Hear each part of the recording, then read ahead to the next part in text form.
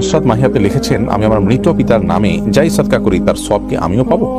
আপনার মৃত পিতার নামে যে সাদকা আপনি করবেন, আশা করা যায় আল্লাহ রাব্বুল আলামিন আপনাকেও এক্সট্রা হিসাবে তার সাদকার সওয়াব দিবেন। কারণ আপনি যেহেতু পরিশ্রম করেছেন, আপনি যেহেতু কষ্ট করেছেন, আল্লাহ রাব্বুল আলামিন সেজন্য আপনাকে বঞ্চিত করবেন না। কারণ আল্লাহ রাব্বুল আলামিন কাউকে তার পরিশ্রমকে পণ্ড বা ব্যর্থ হতে দেন না, যতক্ষণ পর্যন্ত সেটি আল্লাহ সন্তুষ্টির জন্য হবে এবং সঠিক নিয়মে হবে। এরপর জেসমিন আক্তার আপনি লিখেছেন, গোসলখানা ও টয়লেট একসাথে থাকলে ওযু করলে হবে কিনা? বাসায় যদি গোসলখানা এবং টয়লেট একসাথে থাকে সেক্ষেত্রে ভেতরে ওযু করলে ওযু হয়ে যাবে, কিন্তু উত্তম হলো কমোড এবং টিপের মাঝে কোনো পার্টিশন না থাকলে, আড়াল না থাকলে সেক্ষেত্রে বাইরে ওযু করবেন, এটা হলো উত্তম। কিন্তু যদি ভিতরে ওযু করেন তাতে ওযু হয়ে যাবে, কোনো অসুবিধা নেই ইনশাআল্লাহ। মাই হামাদ আপনি লিখেছেন, গর্ভকালীন কোন আমল করলে নরমাল ডেলিভারি হবে? গর্ভকালীন সময় এরকম কোনো বিশেষ আমলের কথা কোনো হাদিসে বলা হয়নি যে আমল করলে নরমাল ডেলিভারি হবে। তবে হ্যাঁ, গর্ভ যাতে নরমাল ভাবে হয়, অপারেশন করতে না হয়, সেজন্য আল্লাহর রহমতের কাছে আপনি সাধারণভাবে দোয়া করতে পারেন। আর দান এবং সাদাকা এটা মানুষকে কঠিন কোনো পরিস্থিতি থেকে উত্তরের পথ দেখায়। বিধায় এরকম পরিস্থিতিতে আপনি কিছু দান সাদাকা করতে পারেন এবং বিশেষভাবে ইস্তেগফার, দুরূদ সহ যে আমলগুলো বান্দার খুব কঠিন সিচুয়েশনে পড়লে আল্লাহ তাআলা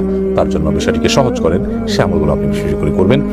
আল্লাহ তাআলার কাছে সাধারণভাবে দোয়া করতে থাকবেন। এছাড়া সুনির্দিষ্ট কোনো দোয়া বা আমল কোন হাদিস আমাদেরকে শেখায়নি যেটার মাধ্যমে নরমাল ডেলিভারি হবে। এক নিমিষে এই আইডি থেকে আপনি লিখেছেন, মেয়েদের পায়ে কি স্বর্ণের উপর পরা যাবে? যাবে, কোনো অসুবিধা নেই। মেয়েরা স্বর্ণ বা রূপা যে কোনোটি পড়তে পারে, তো সেক্ষেত্রে স্বর্ণের উপর পড়বেন না রূপার উপর পড়বেন সেটা আপনার বিষয়। স্বর্ণ এবং রূপা এটা শরীরের কোনো অঙ্গ প্রত্যঙ্গে পড়তে নিষেধ, এমন কোনো কথা নেই। বিধায় মেয়েরা মাথায়, হাতে, কানে যেরকম স্বর্ণ পড়তে পারেন ঠিক এইভাবে পায়ে নূপুর হিসাবে স্বর্ণ ব্যবহার করতে পারেন, কোনো অসুবিধা নেই। মিথিলা মলি আপনি লিখেছেন, রাস্তার পাশে কবরস্থান থাকলে নাপাক অবস্থায় গেলে কি গুনাহ হবে? রাস্তার পাশে যদি কবরস্থান থাকে তাহলে সেই কবরস্থানে আপনি নাপাক অবস্থায়, অর্থাৎ আপনার ওযু নাই অবস্থা আপনি প্রবেশ করলেন, কোনো অসুবিধা নেই, আপনি জিয়ারত করতে পারেন। কবর জিয়ারত করার জন্য যে আপনাকে ওযু অবস্থায় থাকতে হবে এরকম কোনো বাধ্যবাধকতা নেই। জারিফা জান্নাত আপনি লিখেছেন, গোসলের পরে ভিজা চুল গামছা দিয়ে বেঁধে নামাজ আদায় করলে কি নামাজ হবে? আমি একজনের কাছে শুনেছি এরকম করলে নামাজ হবে না, বিষয় কিছু বলেন না, এরকম করে নামাজ হবে না এমন কোনো কথা নেই। আপনি একজন নারী হিসেবে আপনার পুরো শরীর আপনাকে ঢেকে নামাজ পড়তে হবে, শুধুমাত্র মুখমণ্ডল এবং দুই হাতের কবজি আপনি খোলা রাখবেন, এর বাইরে অন্য কোনো শর্ত নেই। আপনি গামছা দিয়ে ঢাকেন বা গামছা দিয়ে বেঁধে তার উপর দিয়ে অন্য একটা কাপড় দিয়ে ঢাকেন, কোনো অসুবিধা নেই। আইরিন সুলতানা মাহি আপনি লিখেছেন, টেপে ওযু করলে নিচে বালতি থাকে, ফলে ওযুর পানি বালতিতে পড়ে, সে পানি কি টয়লেটের কমোডে ঢালা যাবে? ঢালা যাবে, কোনো অসুবিধা নেই, বরং ঢালাটাই উত্তম।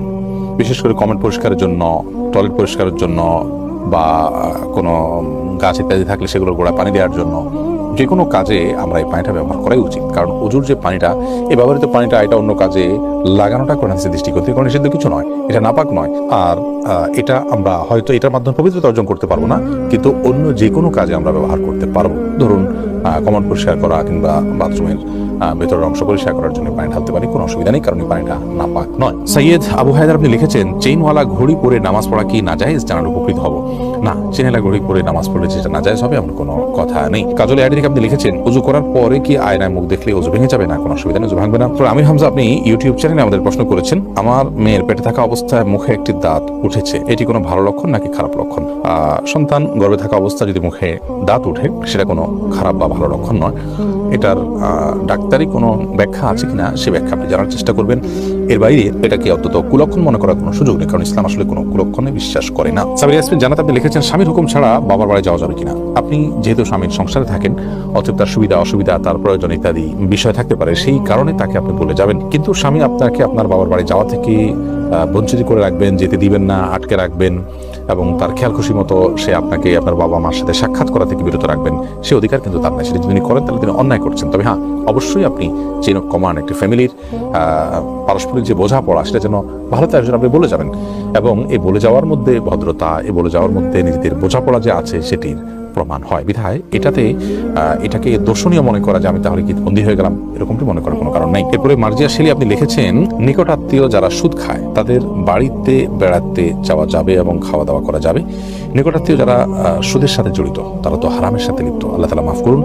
এই সুদের সাথে জড়িত হলে, হারামের সাথে যদি লিপ্ত থাকে, তাদের উপার্জন শুধুই হারাম হয়, তাহলে সেক্ষেত্রে তাদের বাড়িতে যেতে পারেন, কিন্তু তাদের খাওয়া দাওয়াটাকে কৌশল আপনি অ্যাভয়েড করবেন। আর যদি তাদের অন্য হালাল উপার্জন থাকে তাহলে সেক্ষেত্রে হালাল উপার্জন পরিমাণ বেশি থাকলে আপনি সেখানে খেতে পারেন। আর যদি হারাম উপার্জন পরিমাণ বেশি থাকে, হালাল উপার্জন পরিমাণ কম থাকে, তাহলে খাবেন না। আর যদি তিনি সুনির্দিষ্ট করে হালাল উপার্জন থেকেই দিয়েছেন আপনি জানেন, তাহলে সেক্ষেত্রে সেটা অবশ্যই খেতে পারেন। আমি আবুল কালাম আপনি লিখেছেন, মহর পরিশোধের আগে স্ত্রী যদি মারা যায় তখন স্বামী কিভাবে মহর পরিশোধ পরিশোধ করবে, তার পক্ষ থেকে দান সাদকা করে দিবেন, কিন্তু উচিত হলো জীবদ্দশাতেই মহর পরিশোধ করা। শরীফ শাহী আপনি লিখেছেন, ওযু ছাড়া কি জিকির করা যাবে? যাবে, জিকির করার জন্য ওযু করা শর্ত নয়। আয়েশা সিদ্দিকা আপনি ইসলাম প্রশ্নোত্তর পেজে প্রশ্ন করেছেন, মহিলাদের জন্য সব জায়গায় নামাজের ব্যবস্থা থাকে না, অনেক সময় এই কারণে নামাজ কাজা হয়ে যায়, এই জন্য কি বাড়ি থেকে বের হওয়ার আগে অগ্রিম নামাজ পড়ে বের হতে পারবো? না, অগ্রিম বের নামাজ পড়ার কোনো সুযোগ নেই, নামাজ ওয়াক্ত মতো পড়তে হবে। ইন্নাস সালাতা কানাত আলাল মুমিনিনা কিতাবান মাওকুতা, নিশ্চয়ই নামাজ ইমানদারদের জন্য নির্দিষ্ট সময় পড়াটা আবশ্যক করা হয়েছে, বিধায় সময় মতো আপনাকে নামাজ পড়তে হবে। বাড়ি থেকে বের হওয়ার আগে আপনাকে অগ্রিম নামাজ পড়ার কোনো সুযোগ নেই। তবে হ্যাঁ, যেখানে যাচ্ছেন সেখানে নামাজের ব্যবস্থা যদি না থাকে, আপনি ব্যবস্থা করে নেবেন, প্রয়োজন রাস্তার এক পাশে দাঁড়িয়ে যাবেন, করে একটা ফাঁক ফোকর আপনি দাঁড়িয়ে যাবেন, কিন্তু আপনাকে অবশ্যই নামাজ পড়তে হবে সময় মতো। এরপরে কবির হোসেন আপনি লিখেছেন, শাশুড়িকে মা না বললে কি গুনাহ হবে যদি দিন কষ্ট পান? শাশুড়িকে মা বললে তো গুনাহ হবে না, কারণ এটা তো আপনি জন্মদাতা গর্ভধারণকারী মা হিসাবে তাকে আপনি মা সম্বোধন করছেন, এটা সম্মানসূচক ভাবে মা হিসাবে আপনি তাকে আখ্যায়িত করছেন। কারণ আপনি আপনার মায়ের নাম যেখানে সেখানে লিখতে হয়, সেখানে শাশুড়ির নাম কোথাও লেখেন না, তার মানে আপনি তাকে আপনার গর্ভধারণকারী মা হিসাবে স্বীকৃতি দিচ্ছেন না, বিধায় তাকে মা বলতে কোনো অসুবিধা নেই। বললে তিনি কষ্ট পান, তাহলে সেক্ষেত্রে এরকম তো হওয়ার কথা নয়। যদি এরকম হয় তাহলে সেক্ষেত্রে আপনি বলবেন না। আপনি লিখেছেন প্রশ্নের, শাশুড়িকে মা না বললে কি গুনাহ হবে? না বললে তো কোনো গুনাহ হবে না। আপনি প্রশ্ন করার কথা যে মা বললে কি গুনাহ হবে কিনা, না বলতে গুনার কিছু না। আপনি শাশুড়িকে আন্টি বলেন বা অন্য কিছু বলেন, তাতে কোনো অসুবিধা নেই।